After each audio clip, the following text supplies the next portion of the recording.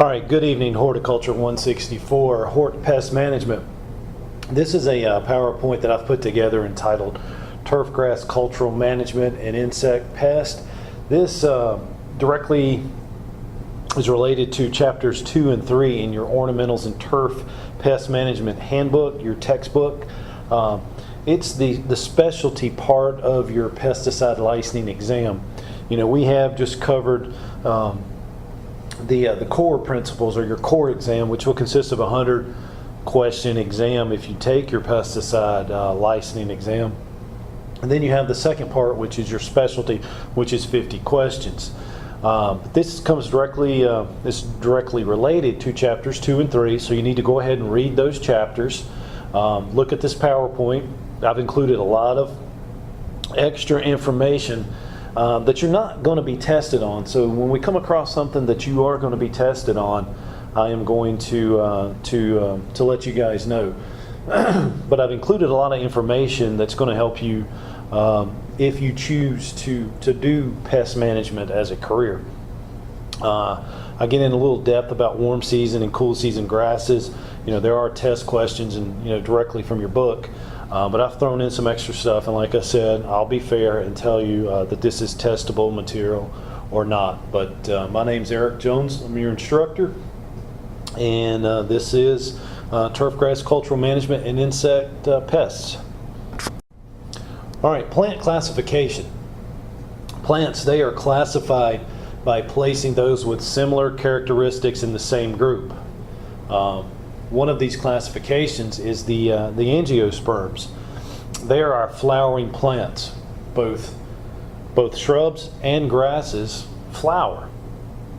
So we've even broken down these flowering plants of grasses and broadleaves into another classification, or separated it into two different classes.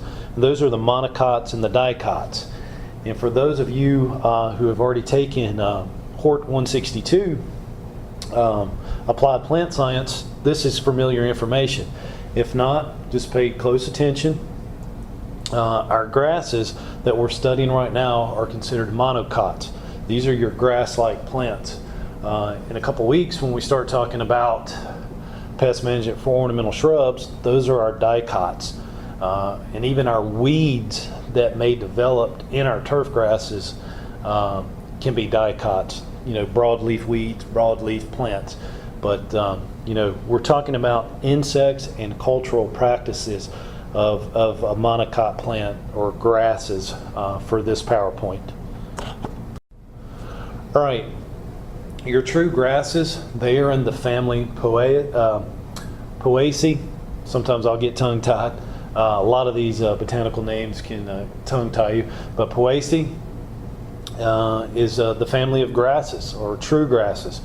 The genus and species create the scientific name. For example, Poa parentheses, or Pratensis, is your Kentucky bluegrass. One of my favorite grasses again.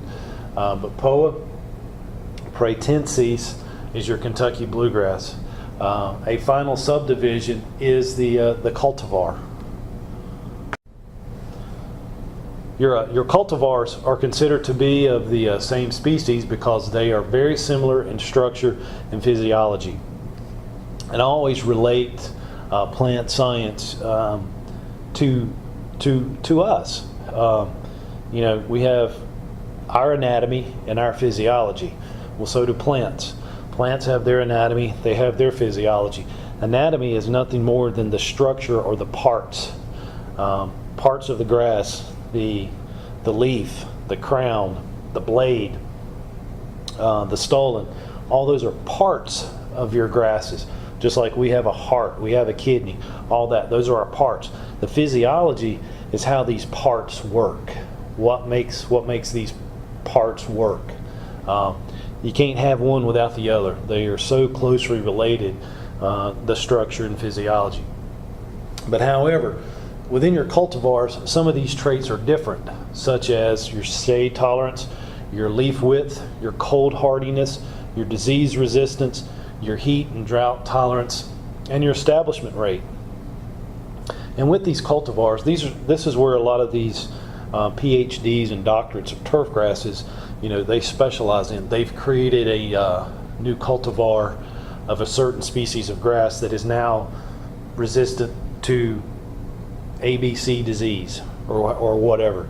Or they may have worked on a particular grass that can only be grown in the sun, but now they've got a cultivar that does okay in part shade. So that's how you'll see a lot of these new grasses developed, is people doing the research and developing these new cultivars. And another name for cultivar simply is the variety. The variety is another name for the cultivar. All right, plant growth. The systems and structures of a grass are composed of various tissues. Meristematic tissue is responsible for plant growth. The cells that are in the meristematic tissue divide and enlarge, resulting in growth. The crown, which we'll see a picture of the crown here in a minute, is the major meristematic region in a grass plant.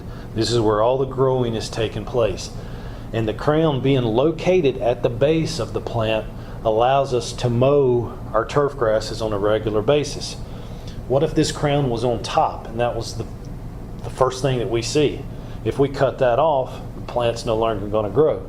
So the actual crown being located at the bottom of the grass next to the soil, and that's where the grass is actually growing from, allows us to mow it.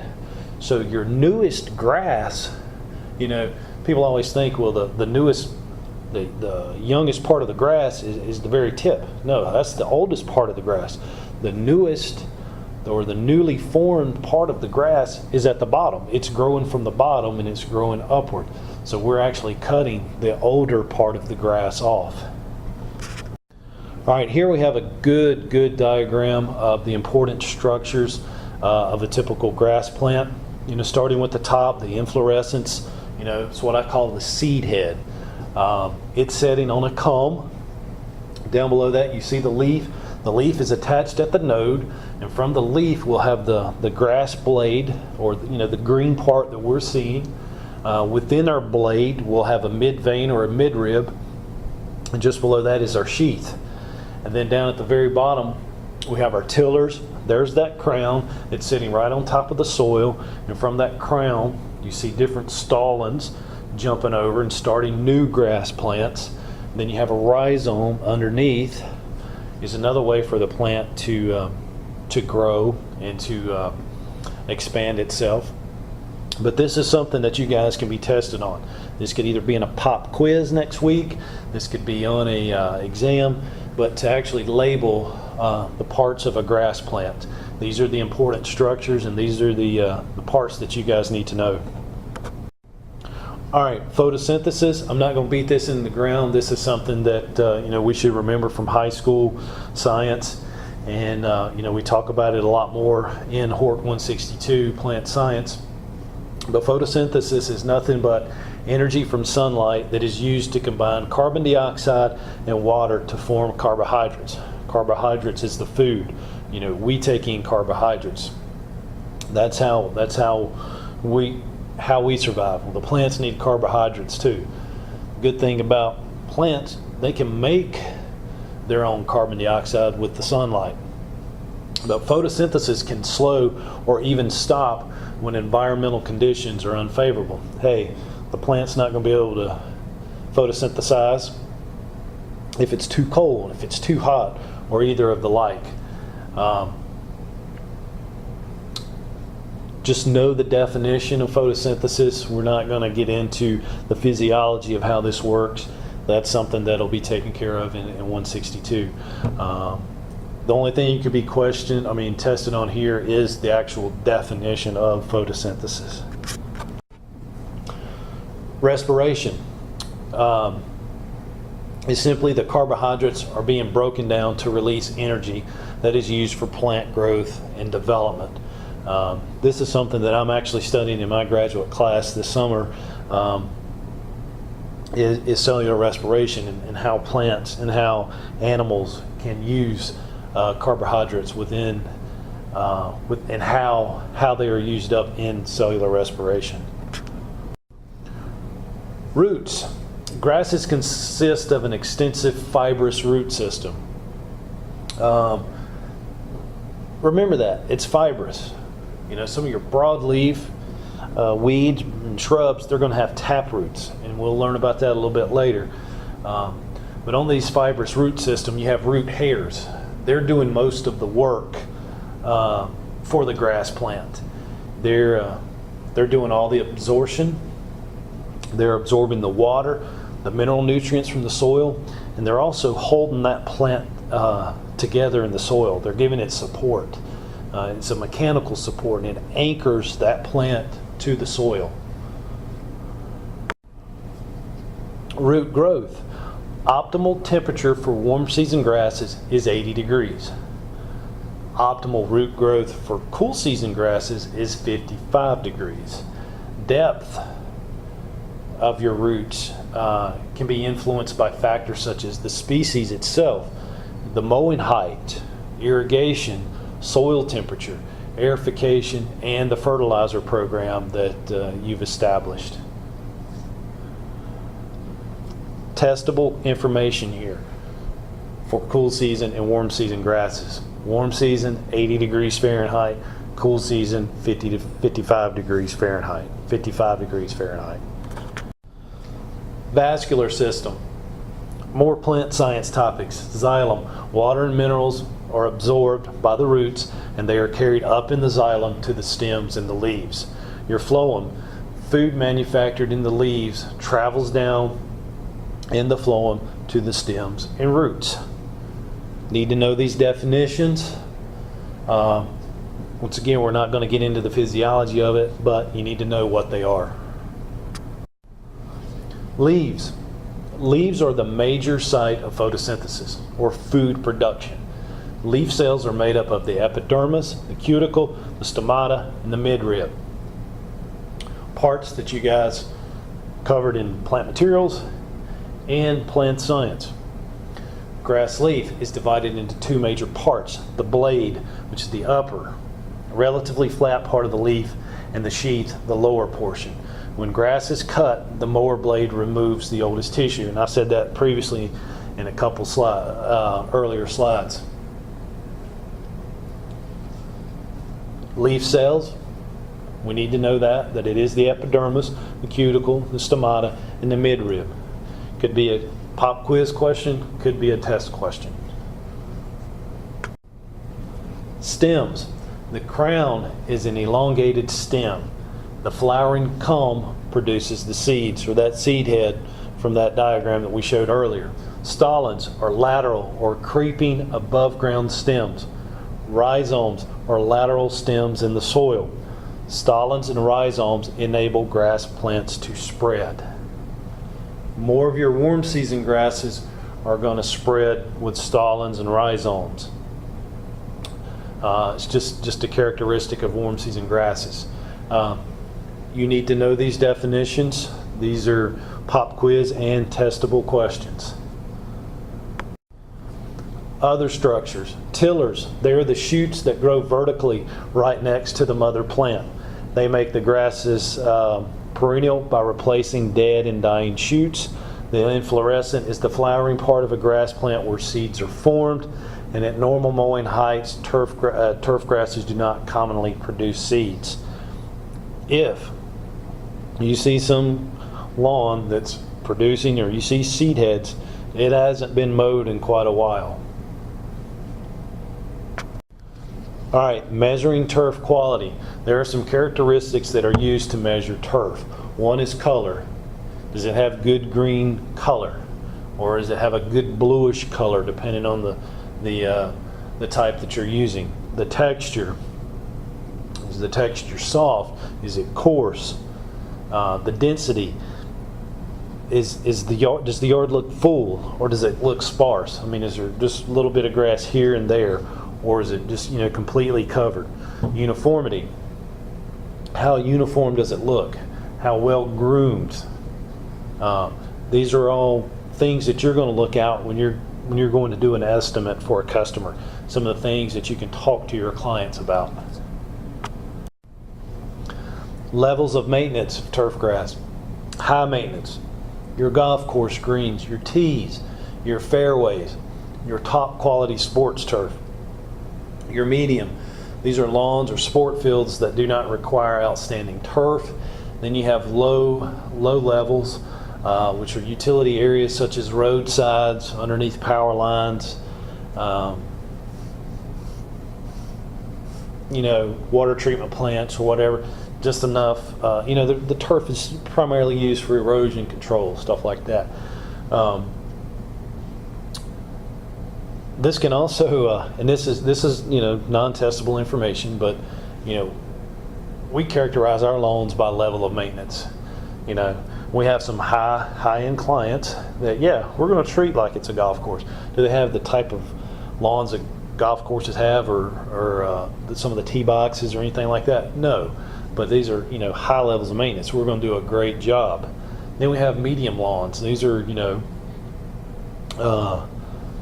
not so expensive neighborhoods, but they can afford their lawns to be cut. But do they want to spend the money plugging and seeding every year? No.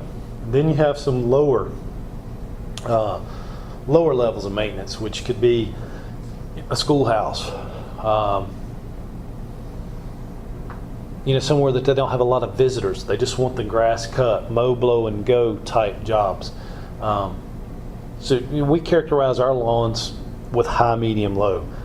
I'd much rather do a high or a low level maintenance job than I would the medium, because the higher level maintenance client has the money to pay for everything that needs to be done.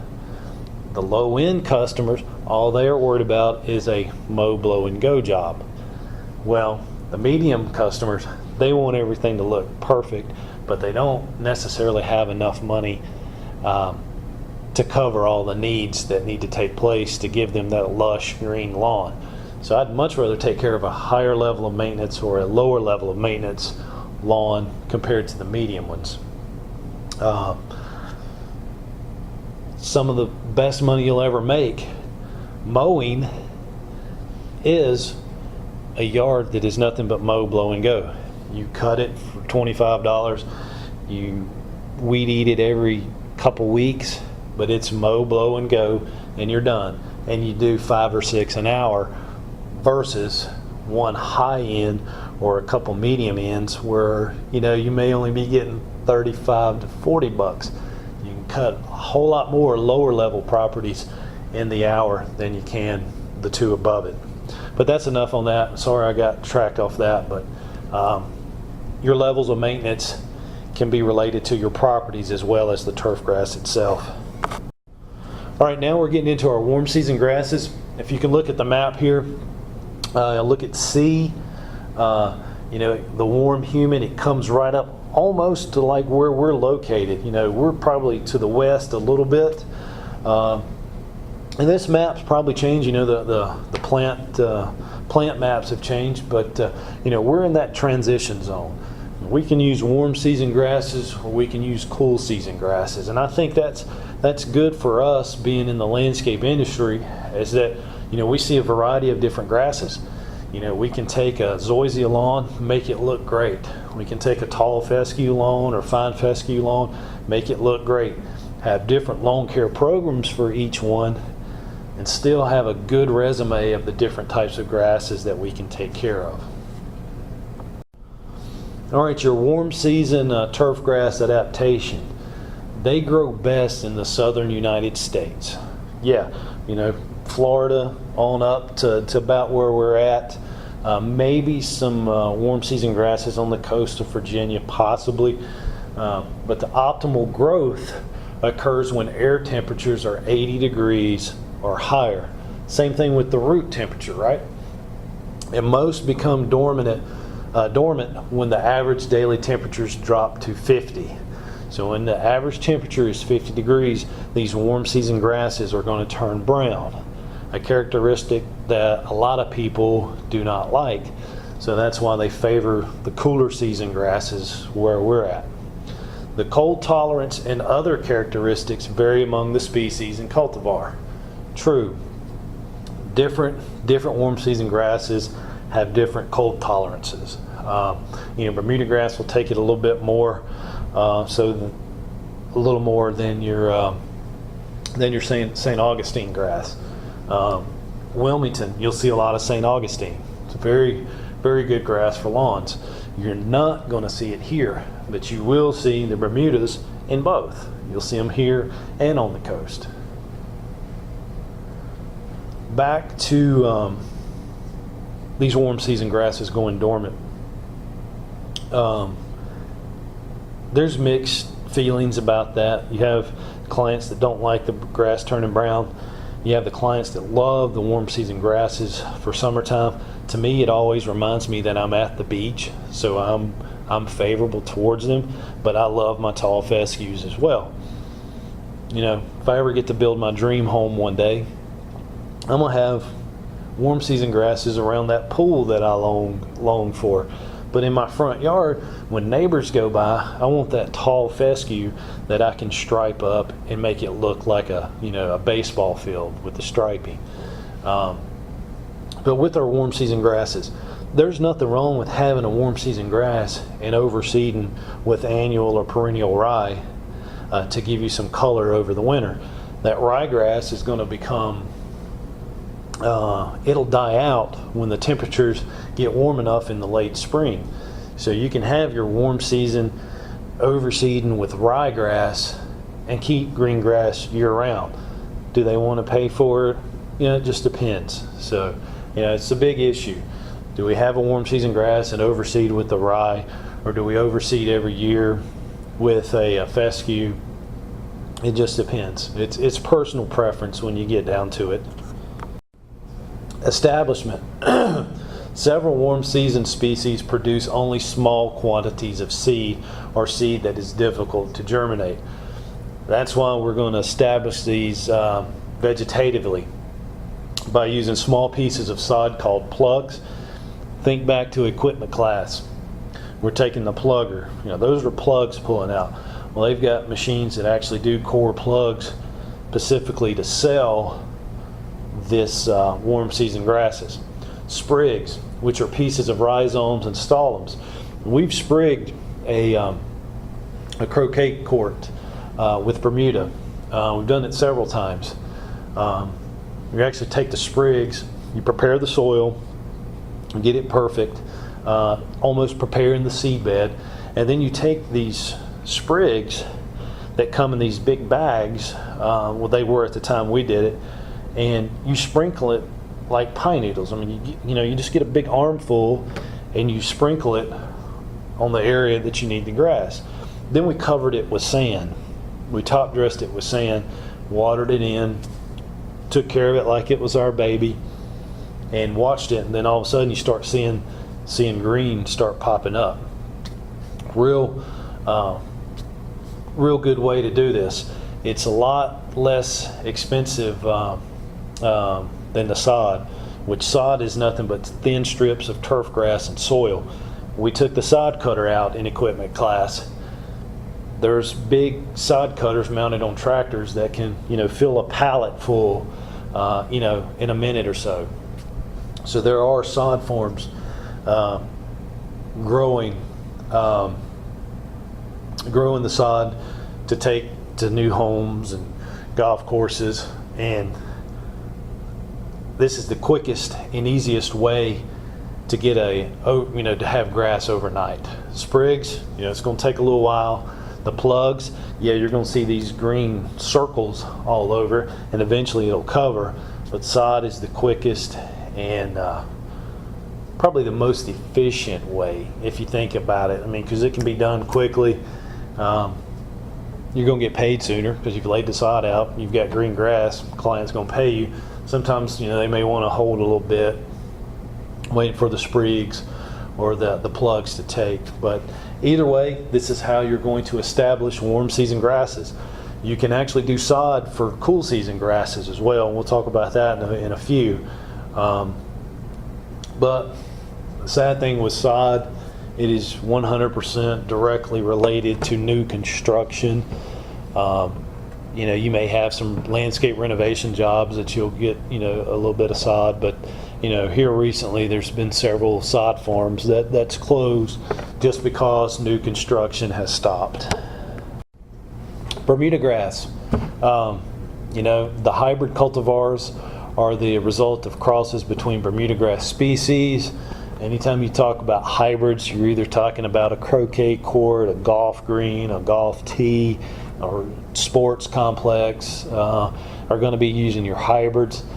They are propagated vegetatively and exhibit improved characteristics. So they're taking, you know, just plain old Bermuda grass, and they've developed it for particular use.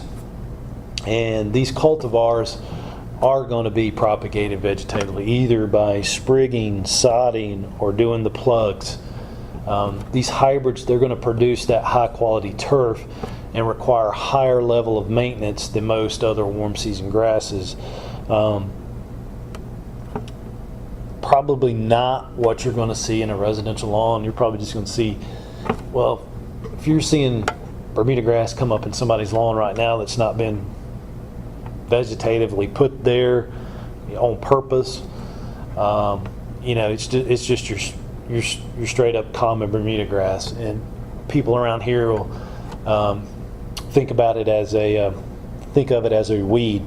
We had an instance where a client we've had several years, Bermuda grass was just a problem. It never bothered the client. They just wanted it mowed, fertilized, plugged and seed every fall.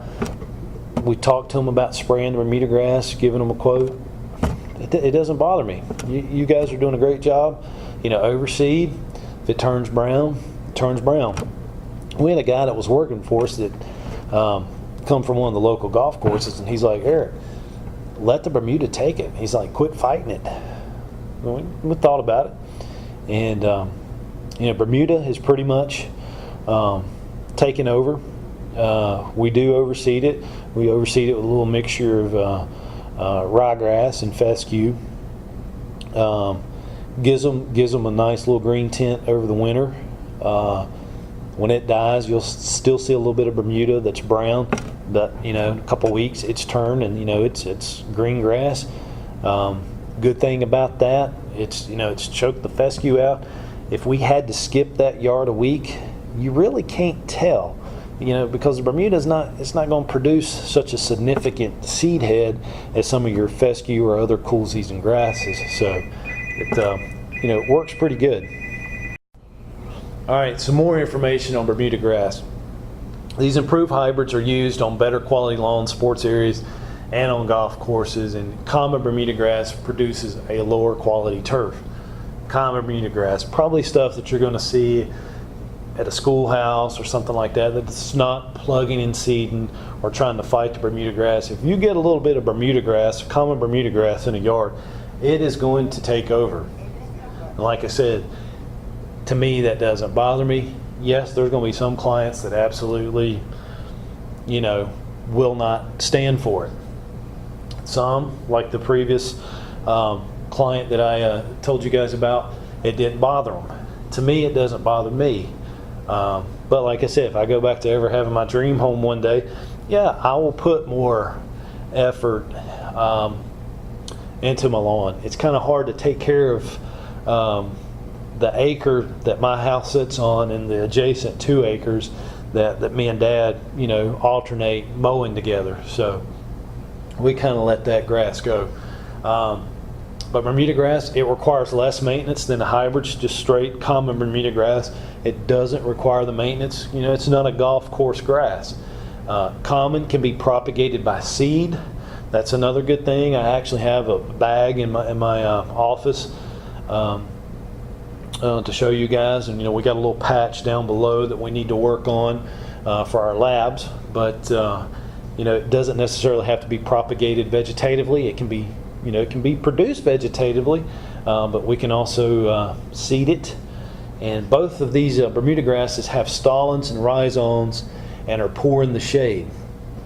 And I say poor in the shade now, but here this year there has been developed a Bermuda grass that is more tolerable to shade. And I think once that really becomes known and hits the market, you'll see a lot of Bermuda grass lawns taking place, because that's the one bad thing about it. You have a Bermuda lawn, you've got a maple tree out in the middle, you're going to have these poor, thin areas of the Bermuda grass.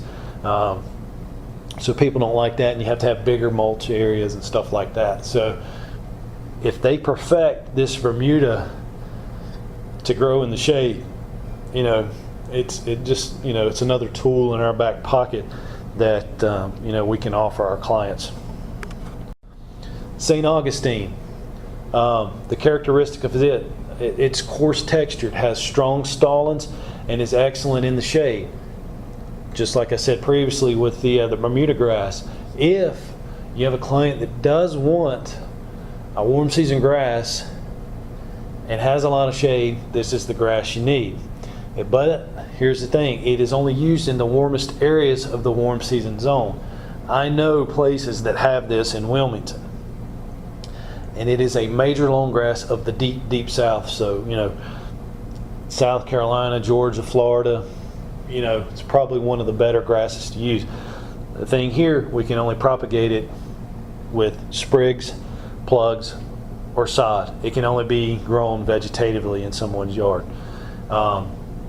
You will not see that grass here in Winston-Salem.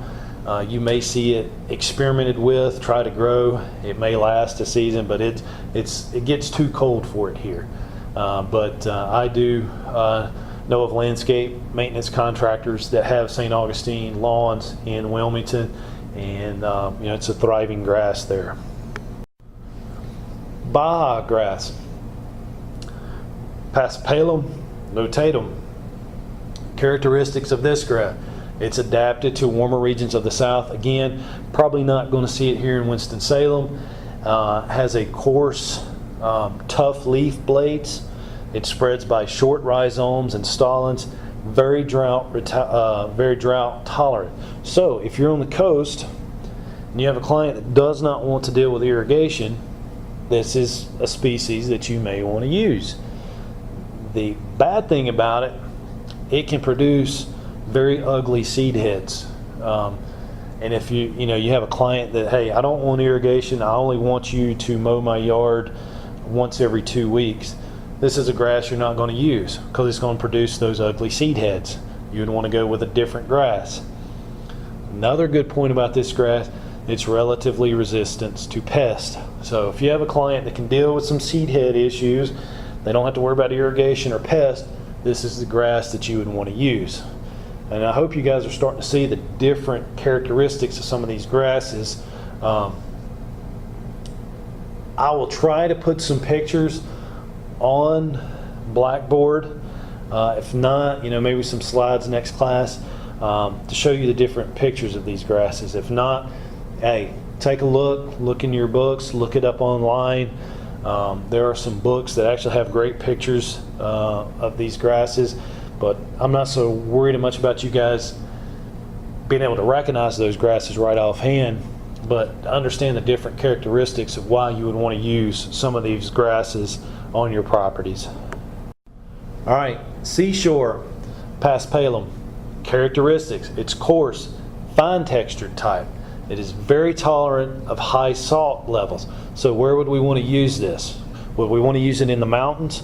No, we want to use this on the coast. You have salt spray, you have salt air. It's not going to hurt this seashore Paspalum. It's popular where the salt levels prohibit the growth of other species. Certain types of grasses won't grow right next to the coast. But it is propagated from stolons, rhizomes, or or sod. I apologize, sod. We cannot seed it. There may be some cultivars being developed with seed, but as of right now, only from stolons, rhizomes, or sod. And a good thing about this this grass here, I have heard of instances of where people are actually irrigating with ocean water. This is pretty cool. To actually be able to take ocean water, water their seashore grass, and not use drinking water. What else would benefit the client of using ocean water for irrigation? You're not going to have any weeds that's going to grow. So you're going to actually have your seashore grass that's not going to develop weeds because of the high salt levels. And you're going to have this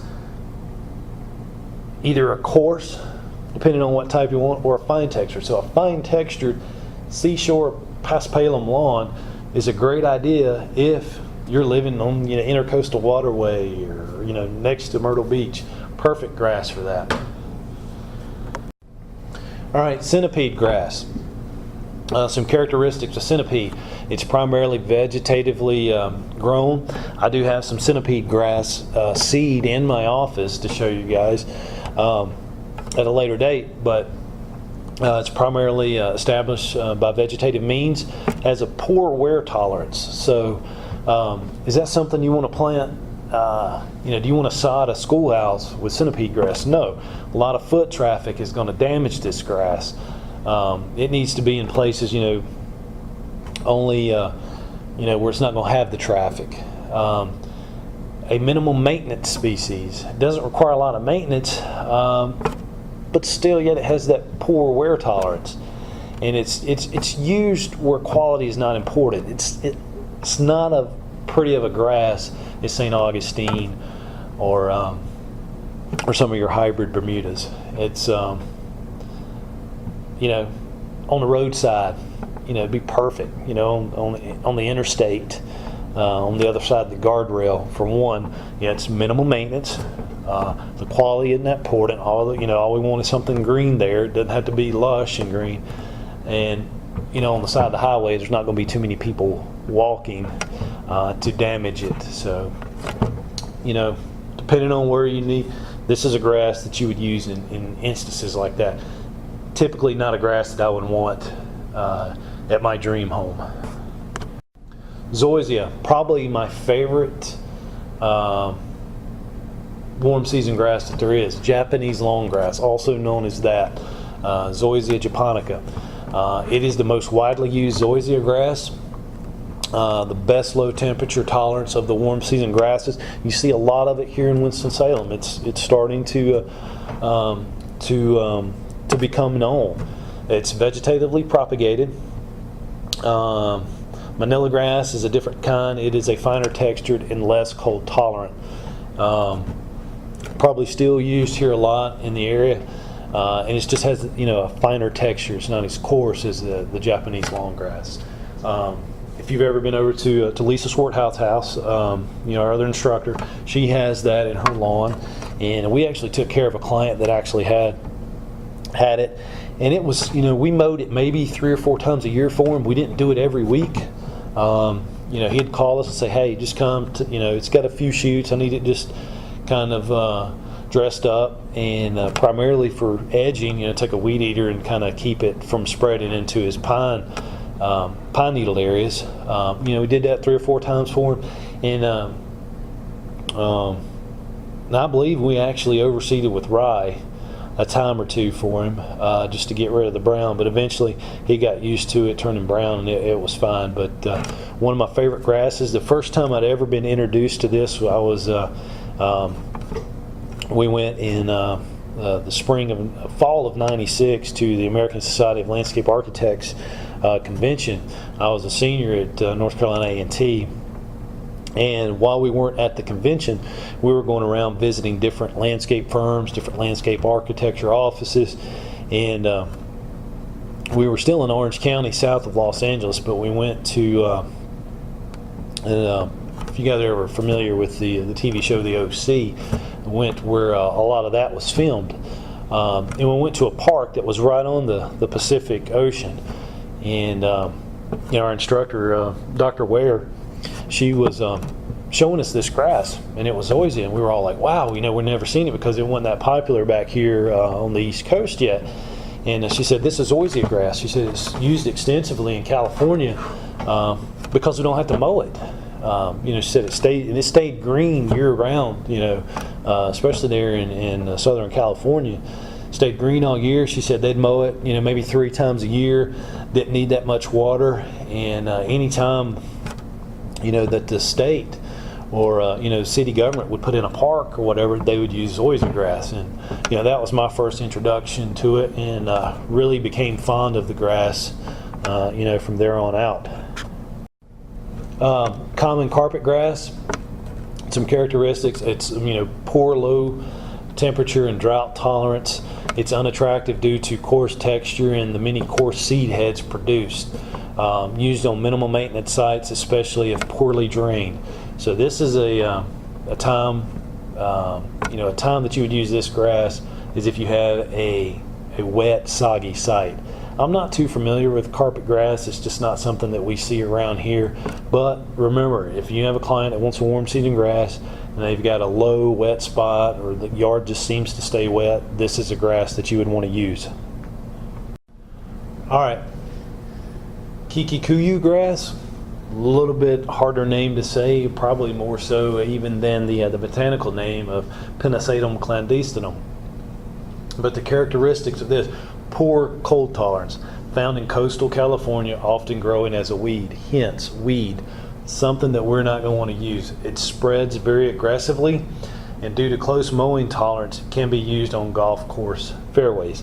And you'll see this a lot, guys. You'll see a grass that can be listed as a weed, but listed for a golf course fairway or green, depending on the maintenance of how we take care of this grass. Being mowed closely and being allowed to handle such a low mowing tolerance or close mowing, being able to be mowed or scalped, is why they're using it on the fairways. It's an aggressive grower. It grows really fast, so they can mow it closer. But if it's growing in somebody's yard that's mowing it once a week, it's not something that's going to be considered a luxurious grass. It's going to be considered a weed. Definitely something we're not going to see around here. Buffalo grass. Characteristics are excellent drought tolerance, tolerates the heat and cold. It's a very slow vertical growth rate, and it's used on unirrigated areas. Wow, sounds like the perfect grass, don't it? It can withstand the drought. It likes the hot and the cold. Doesn't need to be mowed that much, and you don't have to have it in. You can plant it in areas that has no irrigation.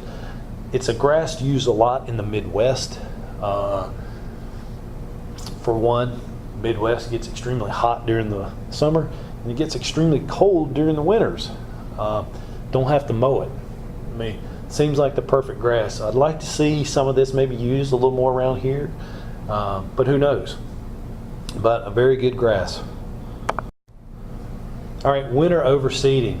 And this is what I talked about earlier with our warm season grasses. In many southern areas, the warm season grasses become dormant, or they go brown. They get that tan color as soon as the first frost hits. Dormant turf is easily damaged if it receives much traffic. So take for instance, you've got a customer that has a Bermuda lawn, it goes dormant, then the leaf fall starts happening. Then you take these riding mowers to suck up the leaves. When you have a dormant turf that's being highly ran over back and forth with a lawn tractor, getting up leaves can damage it very, very easily. Your sports areas and higher quality lawns may be seeded with a cool season grass in the fall, perennial ryegrass, annual ryegrass. Can anybody tell me the difference between annual and perennial rye? The perennial rye will come back year after year. Your annual perennial grass will die when it gets warm. Whenever that heat kicks in, the annual ryegrass is gone. You'll have to reseed it again. The perennial rye will come back year after year.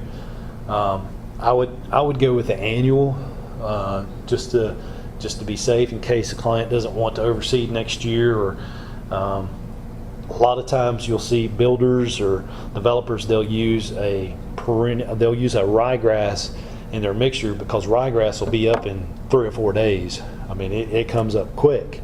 And if they're using it just for lawn establishment to get something green, and they've seeded with a fine fescue or something, you want that to come on board quicker. So you'd use annual rye, because once the heat hits it, it's dead and gone. It gives a chance for your fine fescues to take charge and to become established. That perennial rye, if you put that in a mixture of newly seeded lawns, there'll be some competition created, with that perennial coming back every year. In the spring, the turf transitions back to the warm season grass. So using that perennial rye, it goes dormant, frost turns to Bermuda grass, and we're using Bermuda as the example. The Bermuda goes dormant, turns brown. You've overseeded with the rye, either annual or perennial, based on your preference or customer's preference.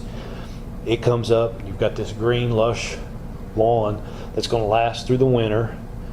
And then when the hot weather gets here in the spring, that ryegrass is going to die about the same time, or maybe a little sooner, than that Bermuda grass starts turning green. So it gives the client a green grass throughout the year if they have a problem with that tan, brownish, dormant grass through the winter. All right, cool season grasses. We're looking at the same chart as we did for warm season grasses. Like I said, we're right on that transition zone. You know, that line almost looks like it goes directly through Forsyth County. It allows us to have warm and cool season grasses. Cool season turfgrass adaptation. They grow best in the northern United States. Yes, they're going to grow better in Virginia, Washington, D.C., on up to Maine, better than they are here. But we do have a climate that will allow for a good cool season grass. Tall fescue, fine fescue is probably used more extensively than any other grass here in Forsyth County. But the optimal temperature range for this growth is between 60 and 75 degrees. The winter hardiness and other characteristics vary among species and cultivars. Tall fescue, it's probably what everybody in this class has in their yard right now. We plug it and seed it every fall. Looks great throughout the winter, looks great through the spring. When it gets hot, it's going to start browning out, it's going to start looking weak, it's going to start looking thin. It's because it's a cool season grass. It grows better in cooler climates. We can, however, have a cool season lawn, even though it got 100 degrees this weekend.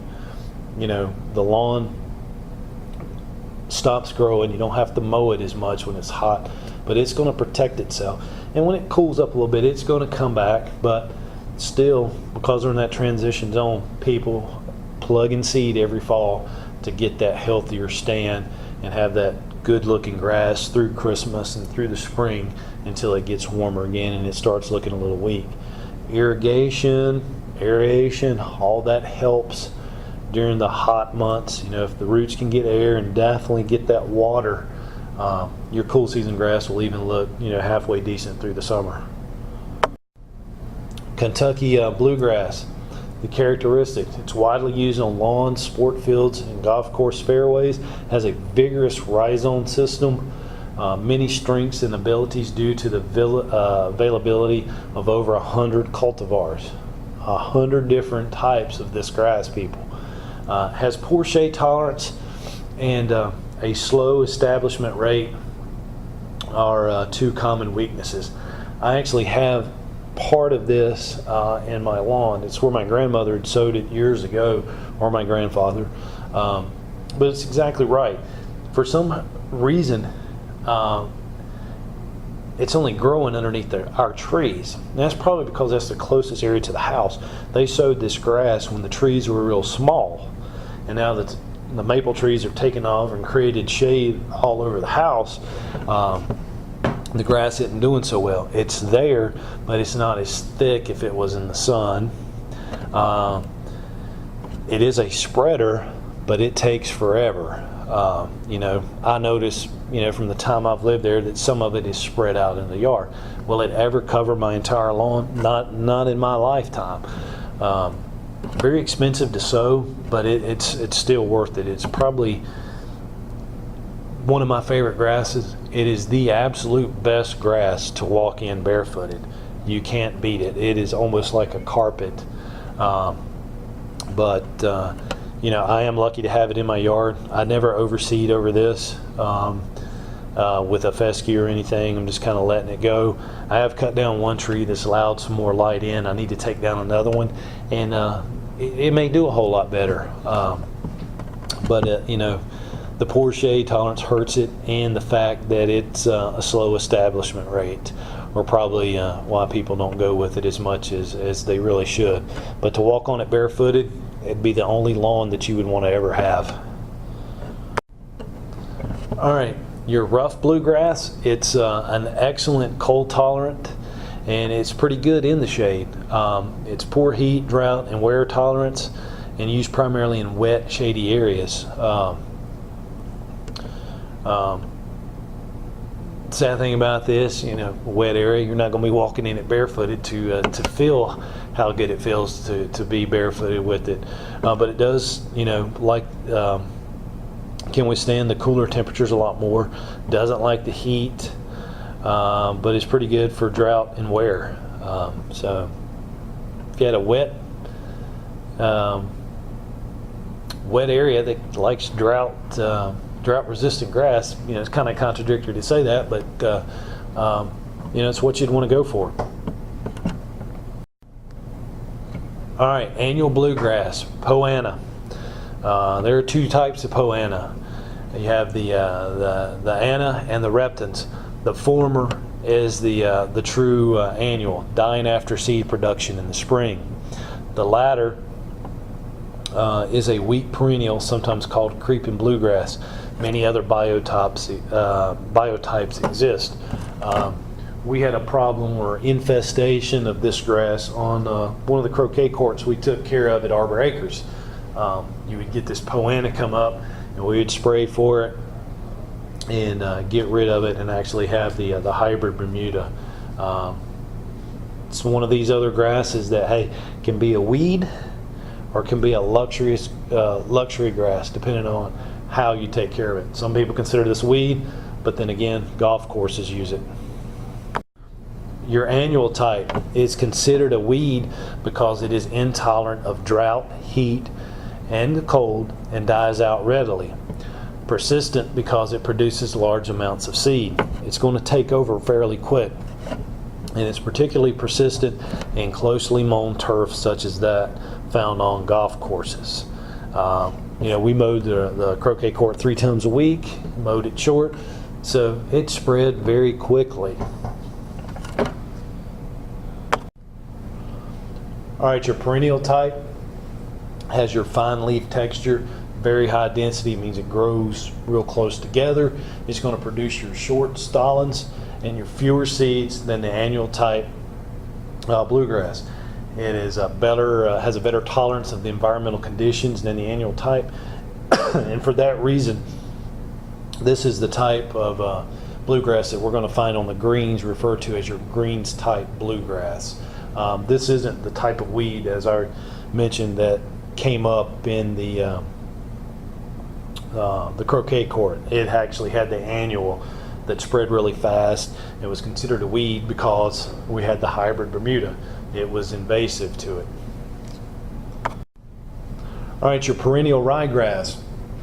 We've discussed this a little bit in a few slides before this, but is non-creeping. It is a bunch type grass. It doesn't have the stolons and rhizomes. But it bunches up.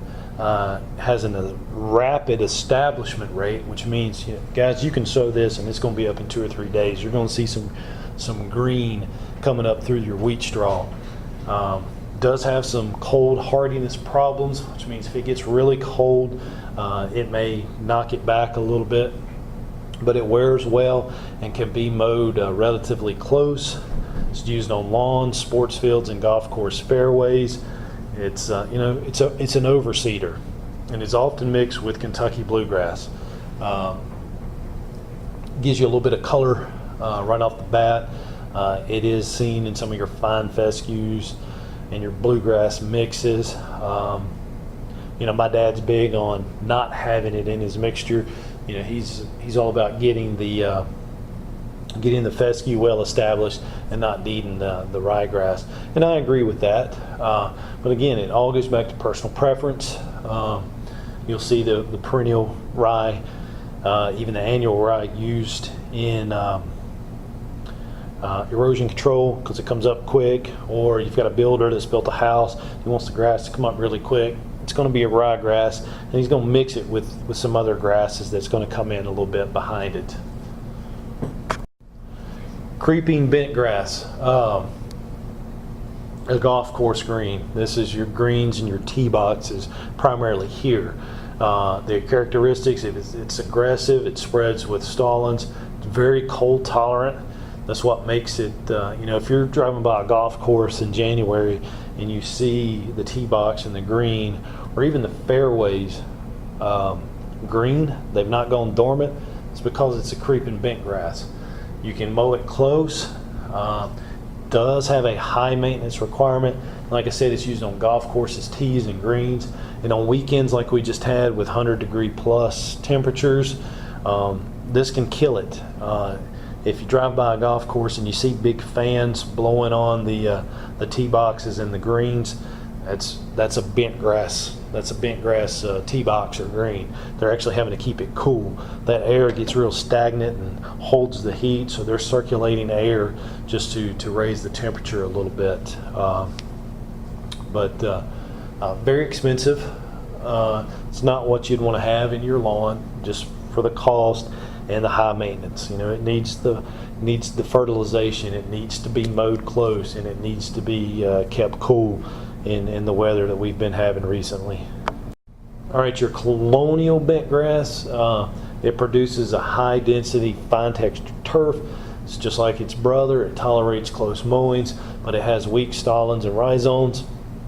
It does have some problems with drought and heat tolerance, and sometimes we're preferred to creeping bent grass because it requires less maintenance and shows resistance to some disease, but primarily used on golf course fairways and tees. Probably not what we're going to see on the greens of a golf course. That's the the beauty of a golf course is the greens. So you're probably not going to see the colonial on it. You're going to see the creeping, but definitely maybe in the fairways. Velvet bent grass, the characteristic it produces an extremely fine textured, very dense, highly attractive turf. It spreads by stallings and is less aggressive than creeping bent grass. And the lack of heat and traffic tolerance can be a problem. It's sometimes used instead of creeping bent grass on the putting greens because of its good shade and drought tolerance and better resistance to dollar spot. This probably all goes back to the superintendent of the golf course and what his preferences are. So we're not going to get into that. These are just the characteristics of that. We've looked at 3 different bent grasses now. If you have some shade around one of your greens, yes, use the velvet. All golf courses are going to be irrigated, so we shouldn't have to worry about drought tolerance because it's going to get the water. And but this type of bent grass, it's resistance to dollar spot disease, and we'll see. We'll study that here in the next lecture, the different types of diseases. But you may want to go with this just because of resistance to dollar spot. All comes down to budget, the resources that the golf course has, and the superintendent's personal preference. Tall fescue, my favorite. Probably, it's my favorite because it's what I have, and it's 95% of what we take care of here in Winston-Salem. The major strengths are its heat, drought, and wear tolerance. You can't destroy this grass. Yeah, it's hot out there. You're going to see the grass kind of thin out and look a little brown, but it's going to come back. These 100-degree temperatures that we've had here recently, and haven't had much rain. The grass is browned up a little bit. You're not having to mow it as much, producing little seed heads, but grass is a little thin. So plugging and seeding in the fall will help that. But very, very good for heat, drought, and wear tolerance. The lack of cold tolerance results in it primarily being used on lawns in the transition zone and southern parts of the cool season zone. That's where we're at, guys. They're probably not going to use the tall fescue way up north just because of its cold tolerance. But it works perfect here. It's non-spreading. It's a bunch type growth. It doesn't have the stolons or rhizomes. It's almost in clumps or bunch type growth.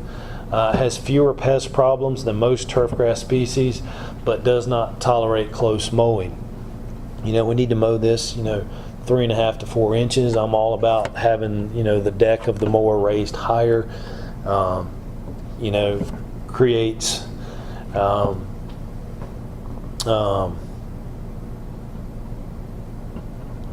best thing about not mowing it so close, guys, if you don't like Bermuda grass in your lawn, the shade and shading out the Bermuda is the best way to get rid of it. So a higher mowed lawn is going to have less Bermuda grass than any other type of cool season grass here. The problem is you have people that scalp their tall fescues, the Bermuda takes off, just overtakes it. You're going to see more weeds. The weed seeds don't have a chance to germinate because of the shade.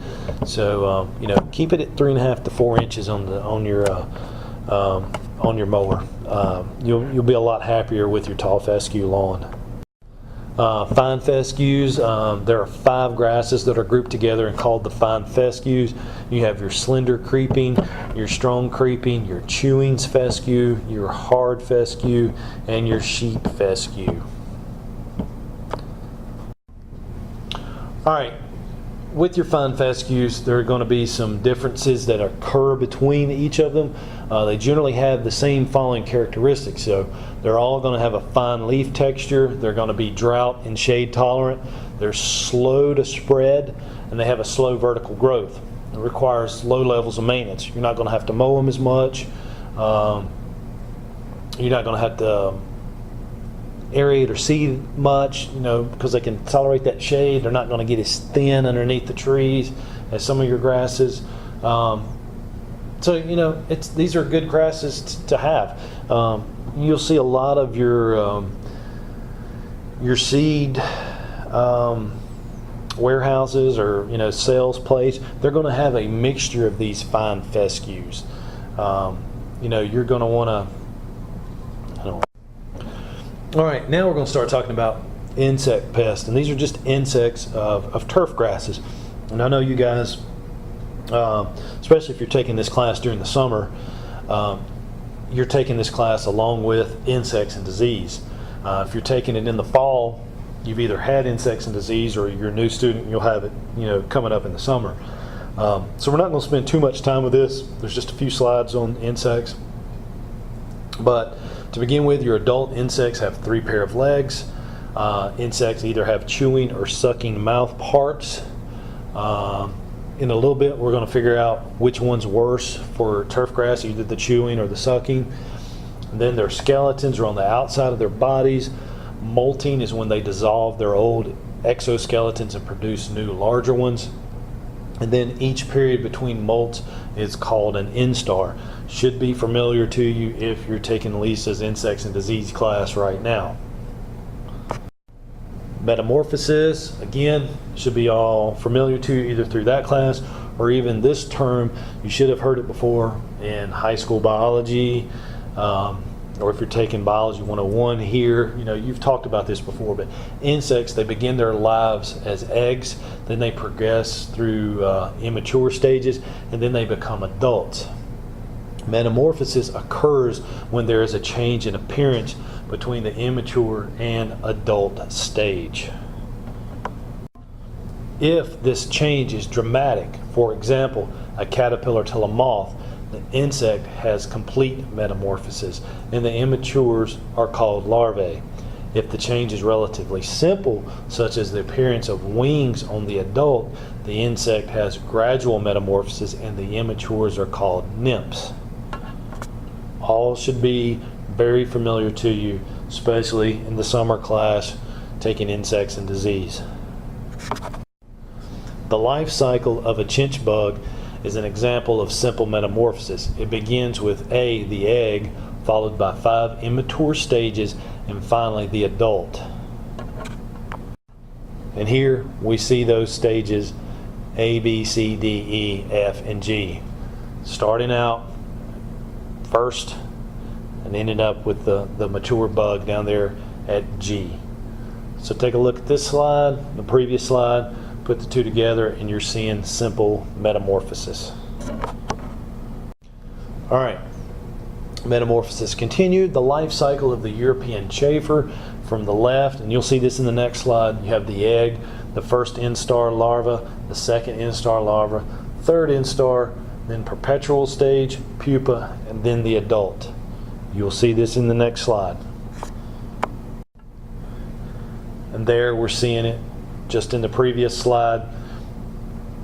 We have the egg, first instar, second instar, third instar, perpetual stage, pupa, and finally the adult. All right, insect injury. Insects injure turfgrass primarily by chewing plant tissue or sucking the juices from the leaves and stems. The amount of injury depends on the size of the pest population. It all comes back to thresholds, as we remember from applying pesticides correctly. You know, how much of this can we stand? Is it just a little bit? You know, is it just a little bit aesthetically displeasing, or is it destroyed the whole lawn? Do we need to take, do we need to invest in an insecticide? So it all goes back to how much or how many of the pests that we see, and the amount of injury that these great numbers or small numbers are creating for our clients. The size of the insect population can be affected by the speed of its reproduction rate. Can it have a lot of babies really quick? The insecticide applications, or favorable or unfavorable weather conditions. All that plays into role on how big our infestation can be. Our root feeding insects, grubs, you always hear of grubs being a big problem in lawns, but the grubs are the larvae of beetles such as the masked chafer or the Japanese beetle. Mole crickets, they're a species of cricket that lives in the soil. Wireworms are the larvae of click beetles. Then you have ground pearls that are piercing, sucking scale insects that are covered by a waxy shell. All these are root-feeding insects on the turf. And you can tell when you have a problem is when you go and you can actually take a handful of grass and just pull it up real easy. You've got an insect in the ground that's eating those roots and allowing you to pick the grass up really easily. If you take a handful of grass, you shouldn't be able to pull handfuls up without grabbing onto it and the grass breaking off. If you're pulling out big chunks very easily, you've got an insect problem. All right, leaf and stem feeders, chinch bugs. They injure the plants by sucking the juices from the tissue and injecting a toxic fluid into the xylem. Your sod webworms, your cutworms, and armyworms are caterpillars that chew on leaf tissue. A couple summers ago, a big thing with armyworms. New grass, sowing the new grass. As soon as it comes up, armyworms, ate the whole thing. Then we have a wax-covered scale insect, such as the Bermuda grass scale, that suck the plant juices. All right. Also, we have an annual bluegrass weevil that is a beetle that primarily feeds on poana. Others include leafhoppers, grasshoppers, fruit flies, and aphids. Control. A healthy, well-maintained grass will be more likely to recover from insect injury. You have a well-established lawn that's getting the nutrients that it's needed, that's getting the air to the roots, getting water to the roots. If there is an infestation of an insect and there is some damage, the turf that was healthy to begin with will more likely recover a whole lot more quickly and recover, period. Insecticides are not normally used until it is determined that the insect population is large enough to potentially cause unacceptable levels of injury or reaches that threshold. Some of the cultivars of turf grasses can resist insect injury, and the lab guys, the coat guys, they're always working on new cultivars that are resistant to these pests and diseases that we'll study in the next lecture. And non-traditional insecticides such as insect growth regulators are being developed. We'll always continually see new products that are available to us for insects on our turf grasses. Insecticide use. To use insecticides effectively, the turf manager must be aware of the thresholds and when to look for pests. Understand what stage the insect's life cycle is to best determine how to control it, and then pick the least toxic insecticide that will be effective. And I'd say that middle one there, understanding what stage the insect's life cycle is, you know, if you don't understand how this insect, you know, start to finish its life cycle, how are you going to determine the correct insecticide to use? And the good thing about this, you know, guys, if you have any questions, you can always call Cooperative Extension. You can always take one of the insects, you know, take a picture, you know, these new cell phones, send it to, you know, to one of your salesmen. You know, these landscape supply houses, they have salesmen that deal directly with, you know, you.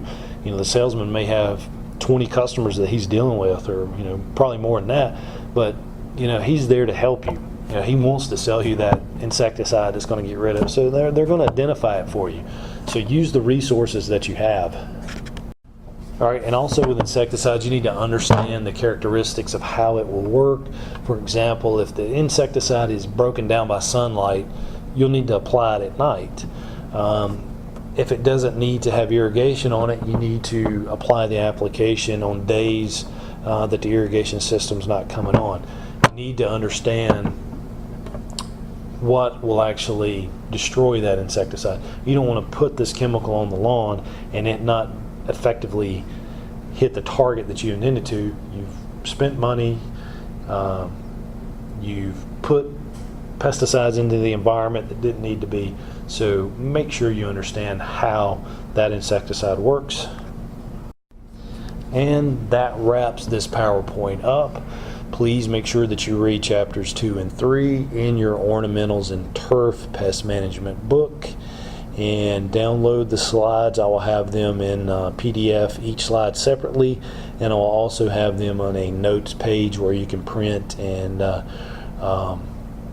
write some notes on with it. So I appreciate it, and I will see you guys in lab. Thank you.